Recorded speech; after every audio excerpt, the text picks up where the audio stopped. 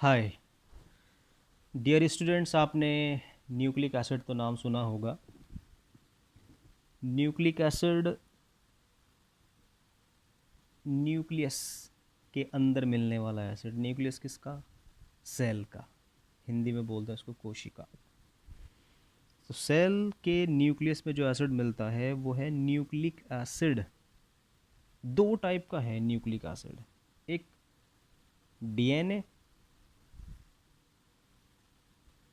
और एक आरएनए। इनको समझने के लिए डीएनए और आरएनए को समझने के लिए आपको पूरा न्यूक्लिक एसिड का कंसेप्ट आना चाहिए। तो मैं आपको डीएनए या आरएनए ना पढ़ाकर पहले न्यूक्लिक एसिड पढ़ाऊंगा। इससे डीएनए और आरएनए दोनों आपको समझ में आ जाएंगे। न्यूक्लिक एसिड को बनाने वाले तीन कंपोनेंट्स का साइंटिस्ट ने पता किया। मैं वहीं पे था जब वो मालूम कर रहे थे, तो वो मालूम कर रहे थे और मैं चेक करके बता रहा था कि आप सही मालूम कर रहे हैं। तो तीन चीज़ें कौन सी हैं जो न्यूक्लिक एसिड के अंदर मिलती ही हैं? उनमें सबसे पहला आता है शुगर। ये मिलनी ज़रूरी है न्यूक्लिक एसिड के अंदर। एक मिलता है नाइट्रोजिनस बेस और एक मिलता है फॉस्फोरिक एसिड H3PO4 फॉस्फेट की फॉर्म में। फॉस्फेट जब बनता है जब ये H हट जाते हैं। खैर, मैं आपको जिस तरह टॉपिक चलता रहेगा एक्सप्लेन कर दूंगा बाद में। इन तीन चीज़ों का मिलना ज़रूरी है न्यूक्लिक एसिड की फॉर्मेशन के लिए। न्यूक्लिक एसिड के फॉर्मेशन के लिए इन तीनों का होना ज़रूरी है। शुगर दो टाइप की होती है। ये आपकी शुगर है, एक राइबोज शुगर, एक deoxy ribose sugar. Ribose sugar और डिऑक्सीराइबोज शुगर में अगर मैं देखूं तो स्ट्रक्चर तो सेम है, बस एक जगह डिफरेंस आपको देखने को मिलेगा और वो इस पोजीशन पर। देखो यहाँ H O H H H, ये दोनों की दोनों 1 2 3 4 5 कार्बन एटम्स रखे हुए हैं। तो मैं इनको कहूँगा पेंटोज शुगर। पेंट माने पाँच, पेंट का मतलब वो नहीं है पेंट, पेंट का मतलब पाँच, पाँच कार्बन, पेंटोज शुगर। लेकिन इन दोनों पेंटोज शुगर में अगर कहीं डिफरेंस मुझे नज़र आ रहा है तो सिर्फ यहाँ पर। यहाँ ओ एच है और यहाँ सिर्फ एच है। तो आप ये भी कह सकते हो कि जब इस शुगर से एक ऑक्सीजन को बाहर निकाल दिया जाएगा तब ये शुगर मिलेगी। इसको कहेंगे डीऑक्सी, ऑक्सीजन निकल चुकी। लेकिन शुगर का नाम क्या है? इसका नाम है ribose sugar, deoxy ribose sugar. क्योंकि समझ गए आप, राइबोज में से आपने ऑक्सीजन निकाला तब आपको ये मिली। तो ये क्लियर हो गया आपको। Ribose sugar, deoxy ribose sugar, दो टाइप की शुगर मैं आपको पढ़ा चुका। एक पढ़ा है मैंने आपको भी शुगर, उसके मतलब जो उसके टाइप हैं वो मैंने आपको पढ़ा दिए। अब नाइट्रोजिनस बेस, ऐसे बेस जिसमें नाइट्रोजन मिलता हो, नाइट्रोजन का होना ज़रूरी है। नाइट्रोजिनस बेस जो, अच्छा एक बात बताओ, डीएनए आपने ऐसे तो देखा होगा ना, ऐसा ऐसे दो हेलिक्स होते हैं, है ना, हेलिकल स्ट्रक्चर होती है। ए के सामने टी, सी के सामने जी, इस तरीके की स्ट्रक्चर होती है पूरी की पूरी।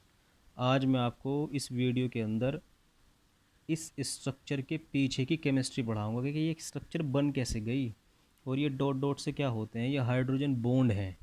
लेकिन इनके पीछे केमिस्ट्री आपको समझने के लिए आज की वीडियो आपको एक मिनट के लिए भी मिस नहीं करनी है, तब आपको समझ में आ जाएगा। मैं आपको यहाँ तक ले आऊँगा, ये बता दूंगा ये हेलिक्स कैसे बने और ये बॉन्ड क्या है और ये ए टी क्या, ये सब इसके पीछे ही केमिस्ट्री पढ़ानी है। ये आप स्टार्टिंग से पढ़ते हुए आ रहे थे। तो आगे बढ़ते हैं। नाइट्रोजन स्पेस दो टाइप का होता है। एक होता है सिंगल रिंग स्ट्रक्चर जिसको पायरिमिडीन बोलते हैं, और एक प्योरिन। ये दोनों के दोनों आपको याद होने चाहिए। ये डबल रिंग स्ट्रक्चर है और ये सिर्फ सिंगल रिंग स्ट्रक्चर है। इसके अंदर ये स्ट्रक्चर मैंने कॉमन बनाई इनके लिए क्योंकि जो पायरिमिडाइन है या पायरिमिडीन है उसके अलग अलग टाइप हैं। फिर से मैंने यहाँ पर सिमिलैरिटी इसलिए रखी है क्योंकि मुझे आपको इसके अंदर एक चीज़ बतानी है, क्योंकि जैसी स्ट्रक्चर ये है ना, ऐसी ये है, ऐसी ये है, ऐसी ये है। पायरिमिडीन में cytosine, thymine, uracil, cytosine, thymine, uracil, ठीक। इनमें कहाँ कहाँ डिफरेंस है ये मुझे आपको बताना है। ये तीनों की तीनों सिंगल रिंग स्ट्रक्चर है पायरिमिडाइन के अंदर, ये पायरिमिडीन में आती हैं। इनमें कहाँ डिफरेंस है, आपको एक कोडिंग याद करनी है, मैं बता रहा हूँ। नू, एन ओ ओ, साइटोसिन में एन, नू, ये है कटु, नू, ठीक। ये है क्या, नाइट्रोजन। आपको साइटोसिन के केस में ऊपर लगाना है NH2। इस कार्बन के बॉन्ड हो गए 1 2 3, और इस नाइट्रोजन के 1 2, नाइट्रोजन के 3 होने चाहिए, और इस कार्बन के 4। तो कैसे पूरा करोगे, आपको यहाँ एक एक्स्ट्रा बॉन्ड लगाना पड़ेगा। अब इस कार्बन के 4 बॉन्ड्स हो चुके, और इस नाइट्रोजन के भी, समझ गए, वैलेंसी पूरी। इसका खेल ख़त्म। अब इधर आ जाओ, थायमिन के केस में आपको यहाँ पर लगाना है ऑक्सीजन, ओ। यूरासिल के केस के अंदर भी सेम, ऑक्सीजन। अब ये सेम हो गए। इनमें कहाँ डिफरेंस है भाई, बस यहाँ थायमिन में आप इस तरह यहाँ से, सिर्फ यहाँ से CH3 लगा देना। ये तीनों की तीनों स्ट्रक्चर मैंने डेराइव कर दी इसको कॉमन मानते हुए, ठीक है। ये आपको याद होना चाहिए। NH, इस H को मत भूलना, मेन रोल प्ले करता है ये न्यूक्लिक एसिड के स्ट्रक्चर बनने में। H ज़रूर लगाना, ये कॉमन स्ट्रक्चर थी पायरिमिडाइन की, ये आप समझ गए, ठीक है। इसी तरीके से एक और है प्यूरिन। ये डबल रिंग स्ट्रक्चर है, और इसकी कॉमन जो स्ट्रक्चर होती है ना, वो ये है। अब सेम कोडिंग मैंने यहाँ पे यूज़ किया आपको याद कराने के लिए। नो, एडेनिन के केस में क्या हो जाएगा, एडेनिन बोलते हैं इसको, इसको गुआनिन, ठीक। तो एडेनिन के केस में क्या होगा, यहाँ ऊपर लगाना आपको NH2, सेम उसी तरह जो मैंने आपको यहाँ कोडिंग बताई थी। और हालात को देखते मुझे फिर से यहाँ क्या करना पड़ेगा, डबल बॉन्ड लगाना पड़ेगा। क्यों लगाना पड़ेगा, क्योंकि वैलेंसी पूरी करनी है। और सेम यहाँ पर ऑक्सीजन, जो मैंने आपको बताया था कोडिंग में कि O का मतलब है कि इस जगह ऑक्सीजन लगना है। अब इसमें याद रखो, एक तो 6 मेंबर्ड रिंग स्ट्रक्चर है, और एक 5 मेंबर्ड रिंग स्ट्रक्चर है ये वाली। 6 मेंबर्ड, 5 मेंबर्ड में आप नोट करो नाइट्रोजन का ऑल्टरनेट ऑर्डर। 1 मतलब nitrogen carbon, nitrogen carbon, nitrogen carbon, nitrogen, यानी ऐसे बनानी है, एक हेक्सागोनल एक पेंटागोनल। और इसमें डबल बॉन्ड का ऑल्टरनेट ऑर्डर, मेरे नाम का पहला लेटर S, देखो S बनेगा S, ये, ठीक। ऐसे मैं मतलब आपको एक तरीके से याद कराने के लिए बता रहा हूँ। ये है प्यूरिन, क्लियर हो गया। तो ये नाइट्रोजनस बेस 5 में आपको पढ़ा चुका हूँ, ये भी मिलते हैं न्यूक्लिक एसिड में। और थर्ड फॉस्फोरिक एसिड H3PO4, जिसको मैं बता रहा हूँ, जिस ये किस फॉर्म में रहता है, ये है तो इसकी स्ट्रक्चर ऐसी फॉस्फोरिक एसिड की, लेकिन ये ज़्यादातर मतलब अपने H गंवा बैठता है, निकाल देता है, और ये फॉस्फेट की फॉर्म में मिलता है। ये मैंने आपको पढ़ाई है कंपोजिशन, जो जो चीज़ न्यूक्लिक एसिड के अंदर मिलती है। अब है ये आपस में अटैच किस तरह होते हैं, और किस तरह ये कंबाइन करके एक दूसरे के साथ न्यूक्लिक एसिड बना लेते हैं, ठीक है। तो ये तीन तो आपको मालूम हो चुके, sugar, nitrogenous base, phosphoric acid. मैं शुगर को नाइट्रोजनस बेस के साथ अटैच करूँगा, बस आपको अब यहाँ केमिस्ट्री ध्यान रखनी है किस तरह अटैच करूँगा। देखो, आपको मालूम है ये CH2OH ऊपर लगा हुआ है, CH2H ऊपर लगा हुआ है, OH लगा हुआ है, OH लगा हुआ है, H, और नाइट्रोजनस बेस के अंदर यहाँ H, H, H, H, H, H, यही वो H हैं जो बॉन्डिंग करते हैं, या तो कह लो राइबोज के साथ, या डिऑक्सीराइबोज के साथ, या शुगर के साथ कह लो। तो मैंने क्या किया, मैंने नाइट्रोजनस बेस लेकर आया, वो जो नीचे था ना H, वो H, और शुगर का यहाँ पर जो OH लगा हुआ था, मिलकर वाटर मॉलिक्यूल निकाल दिया, ये वाला H और ये वाला OH, ये तो बनेगी स्ट्रक्चर। अब यहाँ पर मैंने जो लिया है वो लिया है राइबोज, क्योंकि ऑक्सीजन है। यहाँ पर लिया डीऑक्सी राइबोज। यहाँ एक टर्म निकल कर आ रही सामने कि जब बेस शुगर के साथ कंबाइन हो जाता है, बेस तो एच यहाँ से निकालेगा, यहाँ से ओ एच, जब कंबाइन हो जाएगा तो बनेगा क्या? न्यूक्लियोसाइड। राइबोज क्यों बोल रहा हूँ? क्योंकि राइबोज शुगर ली थी, ribose nucleoside, deoxy ribose nucleoside. देखो याद रखो, मैंने यहाँ पायरिमिडाइन लिया हुआ है। ज़रूरी नहीं है कि आप ये लो, कुछ भी ले सकते हो, ये ले लो इनमें से कोई एक, या तो ये ले लो या ये ले लो, बट प्लीज़ ये एच आपको यूज़ करना है बॉन्डिंग के अंदर, ये वाला, ठीक है। तो मैंने यहाँ आपको ये भी बना कर दिखा दिया। ये रहा शुगर, यही ऊपर जो आपका बस यहाँ ओ एच लगा हुआ था वो ओ एच जा चुका और ये एच जा चुका, फिर से बन गया ये डीऑक्सी राइबोज शुगर। समझ गए होंगे आप, बस ये मैंने प्यूरिन लिखा और ये पायरिमिडाइन, क्लियर हो गई। यानी न्यूक्लियोसाइड कब बनेगा? न्यूक्लियोसाइड जब बनेगा जब एक बेस शुगर के साथ कंबाइन हो चुका होगा। लो जी, ये दो चीज़ें मैं ऐड कर चुका। अब किसका ऐड होना बाकी है? फॉस्फोरिक एसिड का, जिसकी स्ट्रक्चर कैसी होती है? लेफ़्ट साइड में ओ और ये O H O H O H. अब इसका आना ज़रूरी है। ये कहाँ अटैच होगा? ये अटैच होता है यहाँ, इस जगह। अगर मैंने यहाँ फॉस्फोरिक एसिड लिख दिया, ये वाली स्ट्रक्चर बना दी, कौन सी स्ट्रक्चर? ये वाली स्ट्रक्चर। फॉस्फोरिक एसिड का ओ एच यहाँ, सॉरी एच यहाँ से और इसका ओ एच यहाँ से, स्ट्रक्चर कुछ ऐसी बनेगी क्या? बेस, वो तो पहले जो मैं आपको पढ़ा चुका था, बेस शुगर, बस यहाँ से आप समझ गए। इसका क्या गया? ओ एच, और फॉस्फोरिक एसिड का क्या गया? एच। क्या बन गया ये? अब ये आपकी यूनिट तैयार हो गई, ये वाली, जिसमें आपने न्यूक्लियोसाइड तो पहले बन चुका था, न्यूक्लियोसाइड तो पहले बन चुका था, तो बेस शुगर में आपने क्या ऐड कर दिया? Phosphoric acid. अब इस यूनिट का नया नाम, अब आप इसको न्यूक्लियोसाइड नहीं बोलने के, nucleotide. Ribose nucleotide, deoxy ribose nucleotide. याद रखो फॉस्फोरस को, सॉरी फॉस्फोरिक एसिड को कहाँ अटैच किया मैंने, ये बात मेरे ख्याल से आपको समझ में आ जानी चाहिए, ठीक है। तो न्यूक्लियोसाइड और न्यूक्लियोटाइड में क्या फ़र्क है? Nucleoside base sugar, nucleotide base sugar phosphate, clear. ये एक तैयार हो गई, न्यूक्लियोटाइड की एक यूनिट तैयार हो गई। अब ये एक न्यूक्लियोटाइड है, ये वाला, ये एक न्यूक्लियोटाइड है बेस शुगर फॉस्फेट। मैं आपको बता चुका कि यहीं अटैच करता है phosphoric acid, base sugar phosphate, base sugar phosphate. अब क्या होगा, एक न्यूक्लियोटाइड को, क्यों कह रहा मैं न्यूक्लियोटाइड? Base sugar phosphate. एक न्यूक्लियोटाइड को दूसरे न्यूक्लियोटाइड के साथ बेस शुगर फॉस्फेट से अटैच करना है। अब इसकी बॉन्डिंग पे ध्यान दो,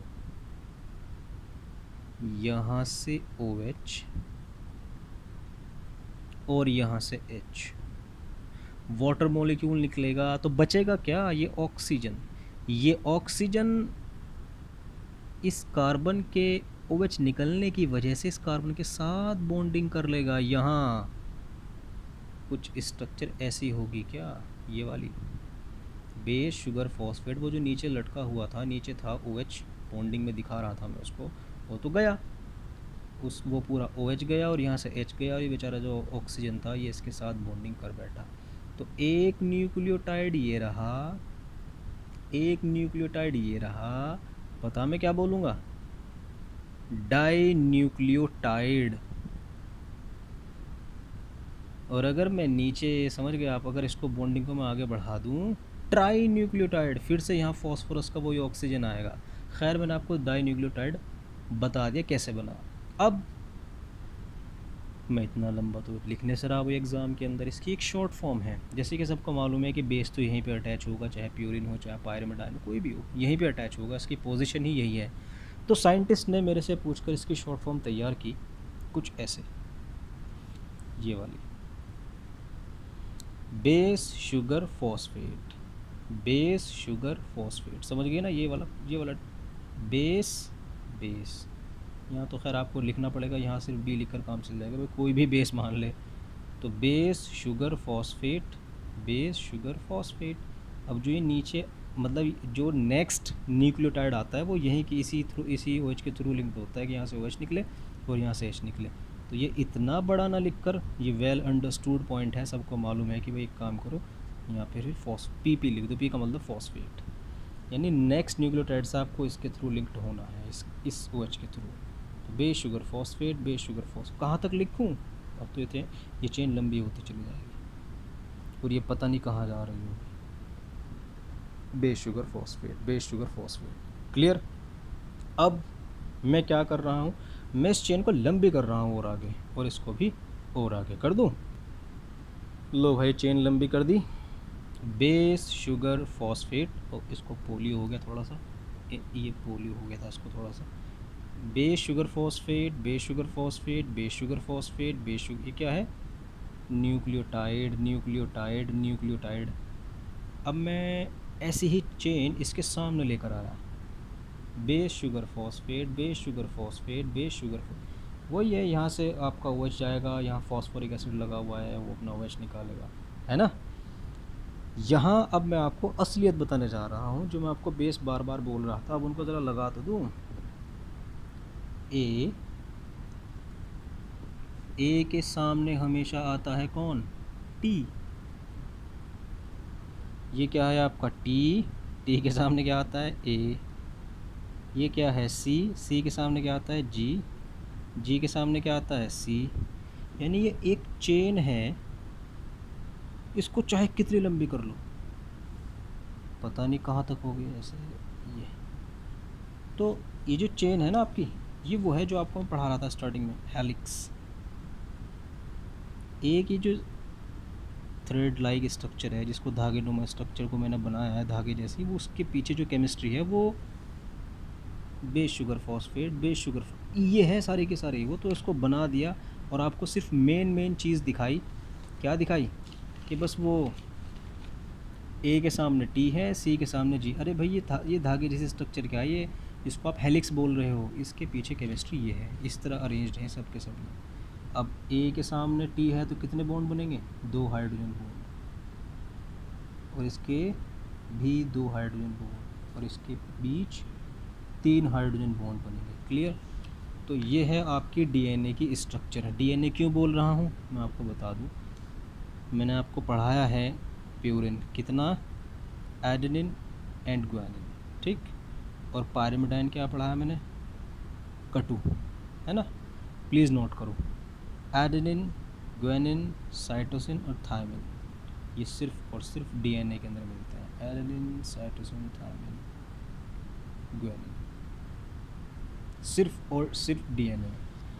आरएनए के अंदर मिलने वाला ये भी मिलता है, ये भी मिलता है, बस टी की जगह आ जाता है यू, बस ये फ़र्क है।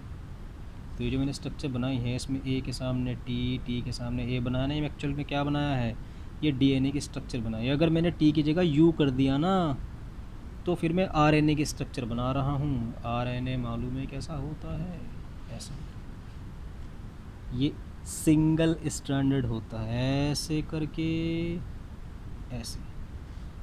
ए के सामने यू के सामने ए, सी के सामने जी के सामने सी के सामने पता नहीं आएगा नहीं, यहाँ चलते चलते A U C G. Single stranded structure होती है आरएनए की, जबकि डीएनए की डबल स्ट्रैंडेड। ये तो आपको मालूम हुआ इस थ्रेड के पीछे की केमिस्ट्री। इसमें base sugar phosphate, base sugar जो चीज़ कॉमन थी वो नहीं लिखी, जो डिफरेंट थी वो लिख दी कि हर बार ये चेंज हो जाता है, बेस चेंज हो जाता है। तो दूसरे जो हेलिक्स है उस पर भी बेस चेंज हो जाता है। तो मेन बॉन्डिंग किसके बीच है? बेस के बीच। जब मैं 12th में था, बड़ी BSc के अंदर था, बड़ी प्रॉब्लम आती थी मुझे कि यार ये हो क्या रहा है, बॉन्ड को कैसे याद करूँ मैं, कि साइटोसिन और ग्वानिन के बीच 3 बॉन्ड हैं। इसको मैंने ऐसे कोडिंग से याद किया था, भाई देखो या तो बॉन्ड मिले आपको 2 या मिले 3, तो अगर 3 वाले की कोडिंग बन जाए तो 2 को याद रखने की ज़रूरत नहीं है। साइटोसिन और ग्वानिन के बीच कितने बॉन्ड? 3। अल्फ़ाबेट तो आपके याद ही होंगे, ABC। कौन से नंबर पे आ रहा है? C कौन से नंबर पे आ रहा है? जो बच्चे होशियार हैं वो कोडिंग समझ गए होंगे। सी कौन से नंबर पे आ रहा है और बॉन्ड की नंबर कितनी है, किसके केस में है, आया।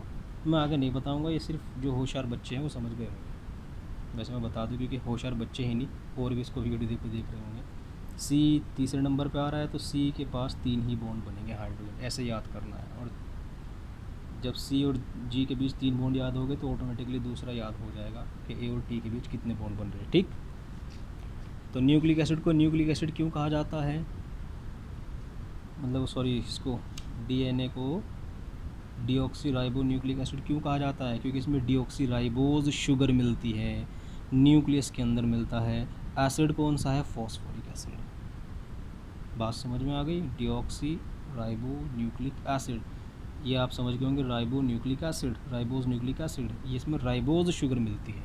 इसमें और इसमें एक जगह और फ़र्क है, बड़ा इंपॉर्टेंट, आपको मैं बता दूं। जैसे जैसे मैंने आपको बॉन्डिंग पढ़ाई, ईमानदारी से बताओ, जैसे जैसे मैंने आपको बॉन्डिंग पढ़ाई कि मुझे शुगर को बेस के साथ मिलाना है, तो मैंने क्या किया था, मैंने इसका OH उड़ा दिया था यहाँ से और यहाँ से इसको H को हटा दिया था, है ना, और वाटर मॉलिक्यूल निकला था, वाटर मॉलिक्यूल निकल गया एक स्टेप। दूसरे स्टेप में जब मैंने इसको फॉस्फोरिक एसिड से कंबाइन किया, फिर वाटर मॉलिक्यूल निकाल दिया कि इसका OH जाएगा और फॉस्फोरिक एसिड का H, चलो वाटर मॉलिक्यूल निकल गया, न्यूक्लियोटाइड बन गया। जब एक न्यूक्लियोटाइड को न्यूक्लियोटाइड से मिलाया, फिर वाटर मॉलिक्यूल निकल गया। डीएनए के फॉर्मेशन में हर लेवल पे वाटर मॉलिक्यूल निकल रहा है। अगर आपने डीएनए का हाइड्रोलिसिस कर दिया, वाटर मॉलिक्यूल ऐड कर दिया, तो वाटर मॉलिक्यूल ऐड करने के बाद फिर से डीएनए उसी फॉर्म में आ जाएगा। भाई मैं तो डीऑक्सीराइबोज अलग रख बैठा, ये मेरे सब के सब टूट गए और फॉस्फोरिक एसिड भी अलग टूट गया। ये पूरी तरीके से डीएनए का हाइड्रोलिसिस करने के बाद इसके जो कॉन्स्टिट्यूएंट पार्टिकल्स थे या कॉन्स्टिट्यूएंट आयंस थे या कॉन्स्टिट्यूएंट जो इसके कॉन्स्टिट्यूएंट थे, उसमें वो पूरी तरीके से डिकम्पोज हो गया। अब उसको गिना, साइंटिस्ट ने काउंट किया, कितना एडेनिन मिले कि यार जितने थायमिन थे, कितने ग्वानिन मिले जितने साइटोसिन थे। ओहो, इसका मतलब यह है कि डीएनए डबल हेलिकल स्ट्रक्चर रखे हुए हैं, क्योंकि ए के सामने टी आना तय है और ये जब तक चलता रहता है जब तक ये डबल हेलिकल स्ट्रक्चर है।